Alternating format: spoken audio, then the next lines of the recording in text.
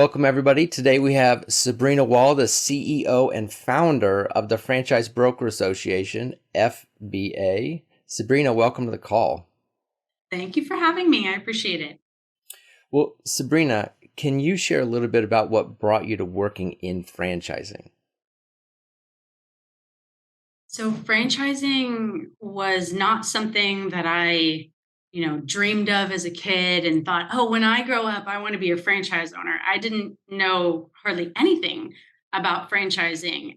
But sometimes when life kind of mixes you up a little bit, you start looking at what options can be the next path for you. I believe that you are led on a path. And for me, that's certainly been the case that I just was open and researching and looking for opportunities to invest in with a partner. And I found franchising as just wanting to buy a franchise. I found that a franchise to purchase, and then I also found out that you could become a franchise broker. And I had never heard of that before and felt that this was a really interesting career and something that is, it was a actualization of the American dream. And so for me, it was like, wow, this is something that I could really enjoy doing because I was in insurance sales at the time. So I kind of went on that path of becoming a franchise owner and also becoming a franchise broker at the same time. And it's been since 2008 is when we started the association, and it's been such an incredible experience because franchising really does give people that are just hardworking and can follow a process and have done reasonably well with their money.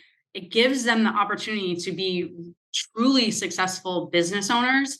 And that was certainly the case for me, working with the franchise, learning how to run a business alongside of that franchise system. It taught me just invaluable lessons about how to be effective as a business owner. And it's something that I definitely cherish and would want anyone who wants to be a business owner, but doesn't want to necessarily carry the whole load of operating all parts of a business at the same time. So franchising does give that opportunity to people.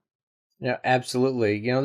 I ended up starting several businesses, but there's businesses I wanted to start, but I Yeah. didn't know how to do it, and I didn't do it. So if there was a franchise at the time that I was aware of, I would have signed up back then for sure.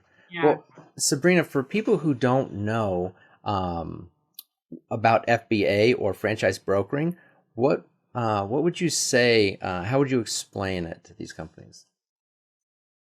So franchise brokering is where a franchise broker goes out and does marketing and communication with people that are potentially looking for franchise ownership. They're looking to start a business. They may not know how or why to do that.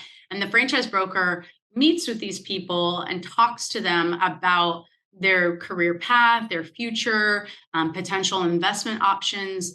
And then the franchise broker kind of fills out this criteria metric matrix of what they're looking to accomplish as a business owner. And then they take that and they enter it into a system that produces results and shows them which franchises match that criteria and which franchise would be truly suitable for them. So the broker works with the FLS and we provide that FLS to them, and then they work with the franchise to help that buyer get what they need through the due diligence process and also be approved for that franchise brand, because a lot of times people don't understand how franchising works, and so they'll think, oh, I have the money, I can buy it. But franchising is not like that. They have to be approved. And so you need to say certain things and do certain things in the award process in order to be able to have the opportunity to buy the franchise. And so the broker helps to get everybody on the same page and everyone aligned, make sure that you're going in the right direction for what you're trying to accomplish as the buyer, and make sure the franchise has good quality people to grow their system with so that they have a long-term relationship. It's not just about, a single transaction. It's about building a long-term successful partnership with those parties. And that's what the franchise broker does. And our company facilitates all of those interactions. Yeah, absolutely. Because I've seen people that were like, I had to explain, it's not like buying a house or a car where if you have the money, you can just have it. It's a business partnership. Yeah, You're going into business together and they have to rely on you, how you do things and how you would represent their brand. So that's why it's an award process. And right, some people don't realize that is you wouldn't just get into business with anybody. And right. if you would, I don't know how successful you'd be. Exactly. So they definitely have to you have to go through an award process. So um, what is the difference in? So we have brokers that are basically like an outsourced sales team that work on a commission, but how do broker networks work then? So FBA is a broker network. Yeah. So we have a lot of franchise brokers and a lot of franchisors, and we basically provide resources and tools for the franchise brokers to be able to get to know the franchises and then be able to effectively present those franchises to the buyers that match. So our organization spends a lot of energy on marketing materials and training and communication strategies for all of those parties so that they have what they need. So a network would basically have a group of franchises and a group of brokers to be able to make those matches with. And our organization is the same. We do that. Well, I know that you guys have a lot of success stories. In fact, I remember there was a situation a few years back where I don't know, one of the brokers in the network did over $1 million in franchise fees Mhm. in one transaction for a company. So I know we have a lot of those, and companies might not be aware that that's a real thing. And a lot of brokers actually are they are focused on multi units for the franchisor. But what are some of the stories where you've seen some brokers really make it for a company? Oh man. There's a company called Physical, which is a physical therapy franchise. And that organization is really, really unique. They have kind of all the components that you would want in a successful and growing franchise. Um, so that brand, we've seen just tons and tons of large transactions where the brokers have sold 10 packs and 400 $500,000 transactions because they're looking for certain types of people that the physical model works with.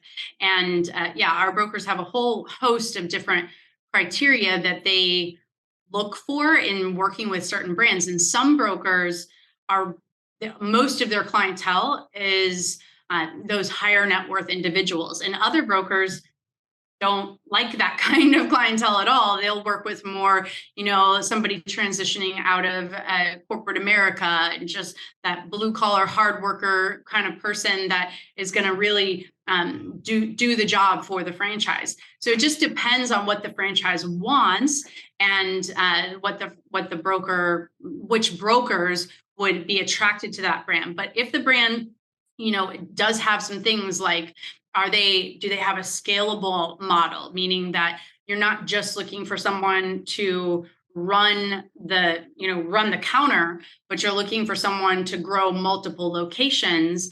Well, then that opens up the pool of potential options for that franchise system and for the broker to find clients for that brand.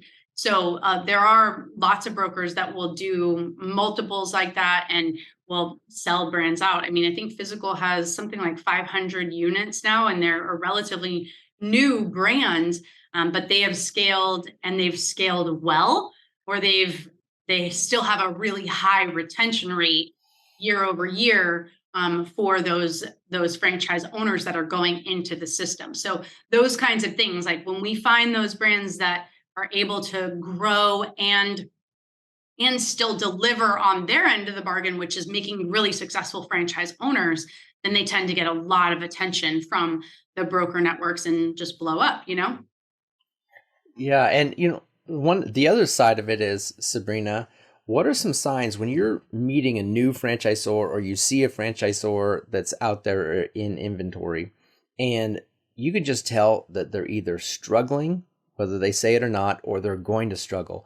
What are some of those signs so that people can notice that maybe and address it sooner than later? Yeah.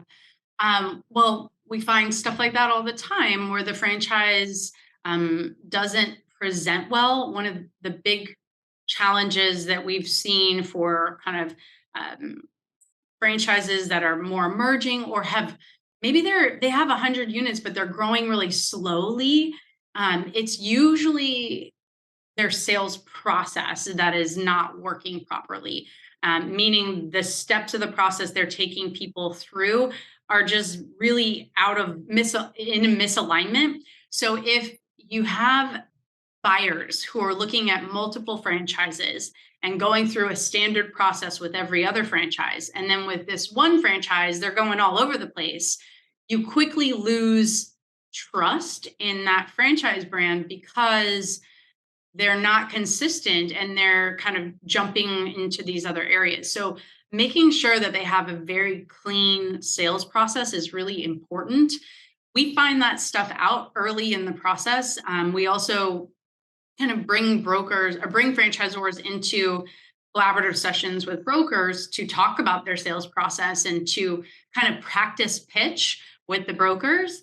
And what ends up happening is we find where the franchisors are maybe not as polished, and so we give them that feedback. Then they take it and then they go and they practice and they clean it up and then bring it back to present again. And that kind of insight is really helpful because then you aren't pointing fingers and saying, oh well, they just didn't send anything to me, or you aren't kind of operating in the dark because you don't know why people aren't messaging you or aren't reaching out.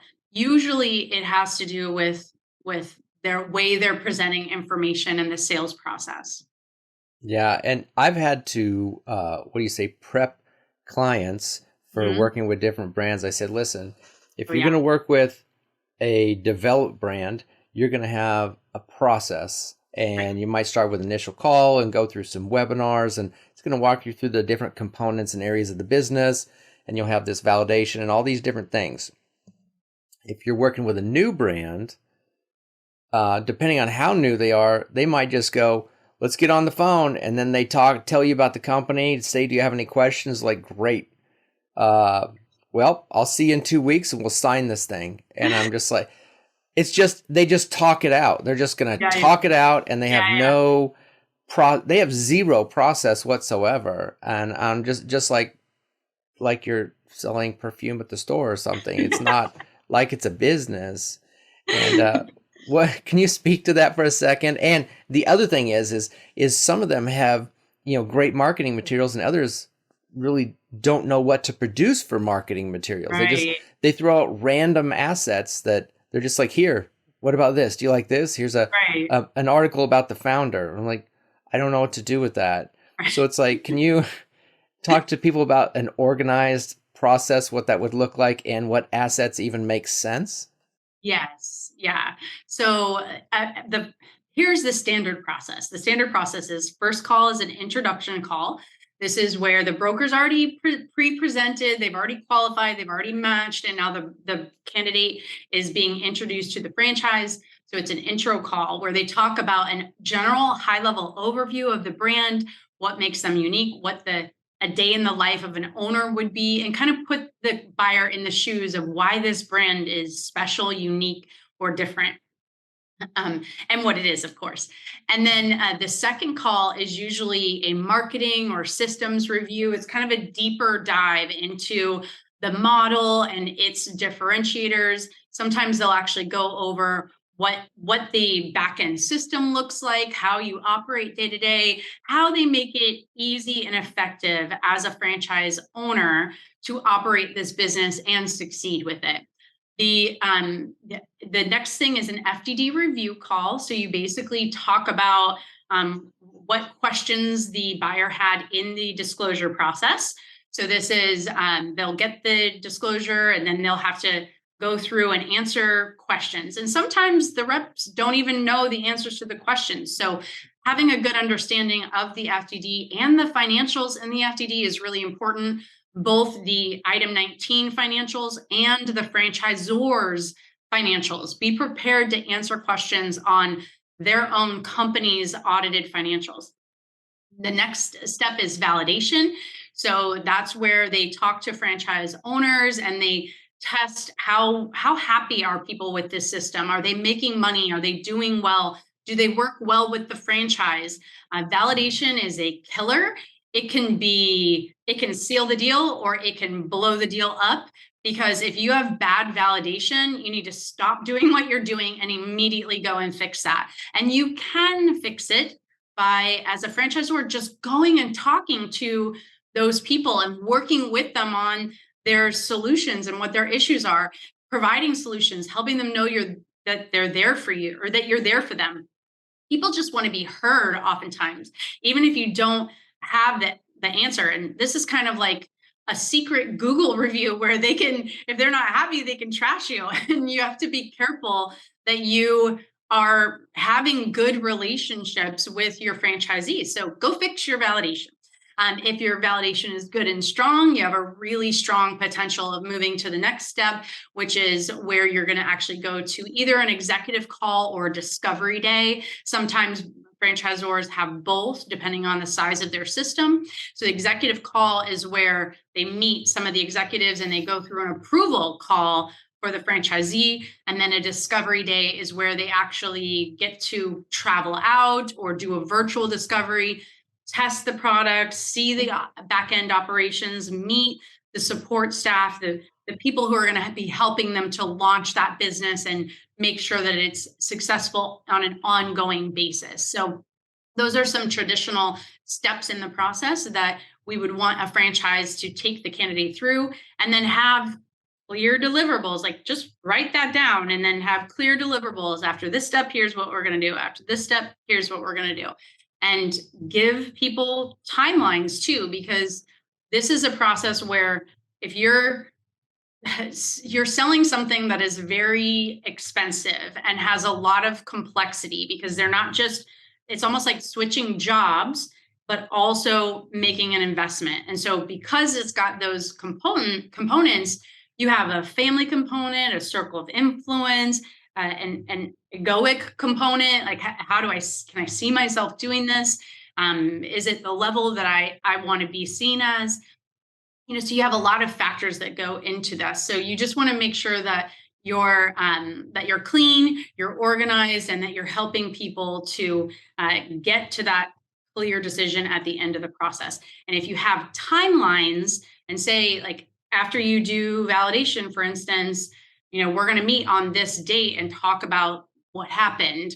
Or if you go to discovery day, you've been awarded the franchise, you have 1 week to accept that award or not.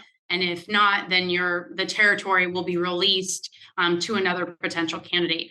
Those things are really important for the process, because people can stall if they don't have a reason to not stall. And sometimes the reason to stall is not that they're not good for the franchise, it's just fear. And so we have to be good in the process of helping people address and overcome the fear. And as far as marketing materials, answer the 6 questions. How much is it going to cost? How much money can I make? How quickly can I make it? What are other people saying about it? How will I be supported? And can I see myself doing this? 6 questions. Your marketing material has to be centered around these 6 questions. And if it is, and you answer those questions to their satisfaction, you will close franchises and you'll get good people in your system who align with your values. Mm-hmm. And people won't work to access this information. You can't give people an encyclopedia and expect them to read it. You have to give them a one-pager where they can access the information. It's simple, easy, Yes. Very. Exactly. Well, so what I was going to say is we've talked about sales processes and things that people make as mistakes. What about any of the biggest? What would be something that you see thriving brands doing different in general than average brands? Like, what makes them stand out? Because there's reasons that they just stand out and take off. Yeah. Well, one thing that they usually have is they have good unit level economics, and they report them in their disclosure document. So, what that means is the franchisees that are operating in the system, they show they make money, and you can tell in the financials that there's money if the franchise provides not only the top line but also some expense lines. It makes it easier for the person that's reviewing that information to see here's what the potential opportunity is based on what people are already doing. And that, some franchises are scared to provide that level of detail, but this is the future. I mean, when I first started 15, 16 years ago, that was really rare. You didn't see a lot of franchises that were putting disclosure of item 19 disclosure information in. It was just like, we don't do that. We don't do that. Today, it's almost required if you're going to present well. And if franchises don't have good numbers, they need to really work on fixing those numbers and making sure that it's a good financial opportunity for the franchise owners. Because if it's a good financial opportunity for them, then they will validate well, and you'll have a lot of attraction to the brand. So good financials, good sales process, good development rep. Sometimes franchises can get a little stuck in their process or in the ego side of it, and they can lose sight of the human side, which is we're dealing with a person who is wanting to invest in your business, and they've done all of this work to get to this point of maybe a closing or close to a closing. Sometimes franchises can get really um, just specific about why they don't want someone, and it's not really a good reason. It's more of a ego reason, and that we want to try to avoid because it really does put a bad name on the brand from a broker perspective.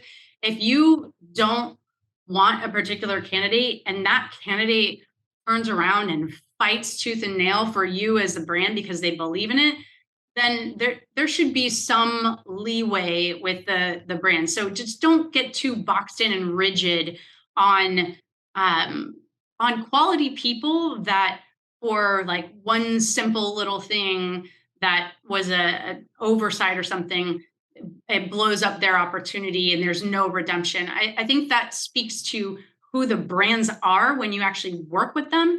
When they become a franchisee, are they going to do that same thing where they're just unreasonable? Or are they going to work in a spirit of collaboration for these qualified people that um, that they're learning this process too. They're not experienced in researching franchises either. So just have the compassion, the human component too. Don't get so bogged down in the details.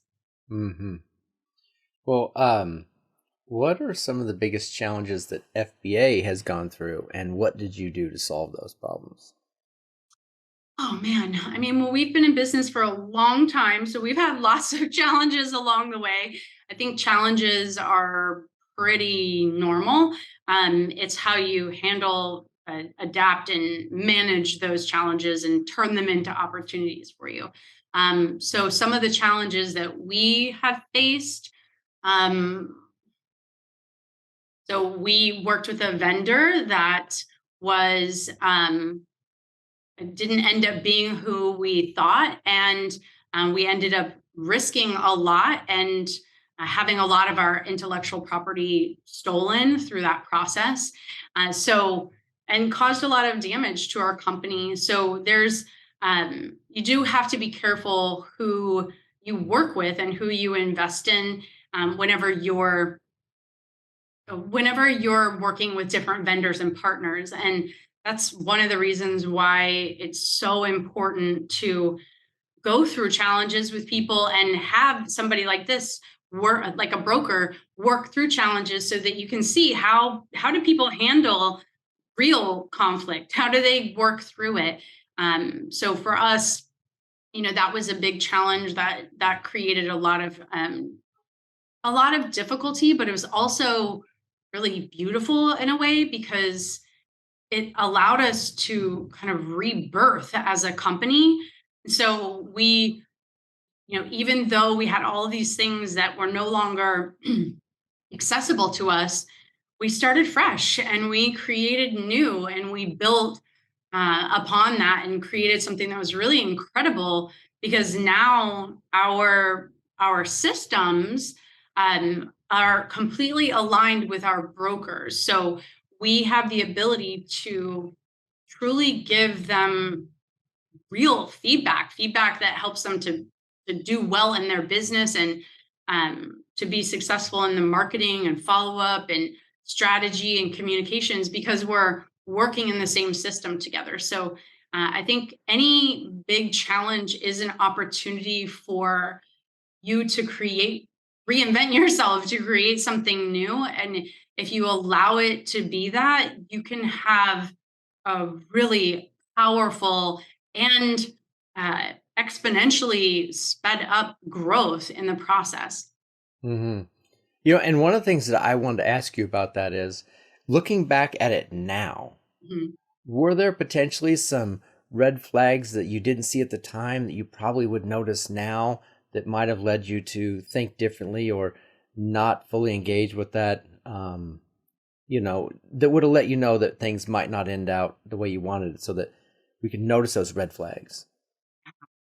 But with that vendor, one of the things that didn't happen to us directly, but we watched happen with between them and some of our members was they were comfortable taking some content that the member had created and repurposing it as themselves, but not giving that person the credit.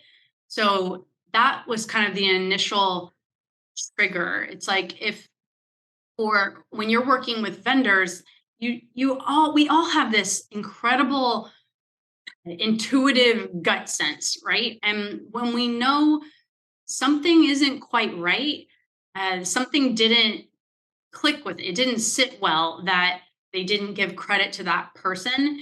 And we talked about it, but the rationalization, we said, oh, okay, well, we understand your point of view. But we, sometimes we can, if we want something to work out a certain way, we can kind of forgive or forgive instead of really making sure it doesn't happen again. So one thing in this process that I learned is difficult conversations are an act of love. And I think before that experience, I wasn't as good at difficult conversations. I would avoid them more frequently. Whereas after that experience, I understood that if I would have gone further and said, not just did you do this? What happened? And then kind of give them a pass.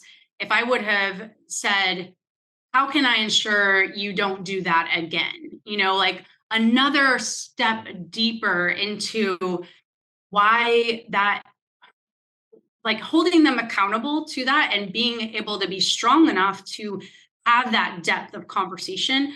I think, um, I think that would have had us actually work on a values discussion right then and there and could have stopped or prevented that situation from happening. So don't be afraid to have difficult conversations with people and don't be afraid to hold them accountable to the expectation that that you set for the relationship. So if you're going to do this, how can I ensure that you don't do that again and that you wouldn't do that again? And give me an example of a case where you haven't done that. Just ask more questions to protect yourself and get alignment because it is important to work with good quality people that Hmm. are going to have your best interest. Yeah, well, difficult conversations are essential conversations, and Yeah. what hard situations were solved by, usually you have to talk it out. I think that is super important. Hmm. Um, what what is the best decision you've ever made in business outside of getting into business? Um, the best decision. This is a really, we're almost a year and a half into this decision, but we started working with a company called EOS, Entrepreneurial Operating System, and part of EOS is that you kind of get everybody in the right seats at the company, and you get everybody focusing on the same goals at the same time. And so the key focus is the key focus. But as we went through that process, we discovered that the my role as kind of the CEO, that I was doing more things that I wasn't as strong in than I was doing the things that I was really strong in. And so through the exercise of kind of figuring out right people, right seats, we brought Chris, my husband and business partner, into the position of president with the company. And since that happened, it is like an incredible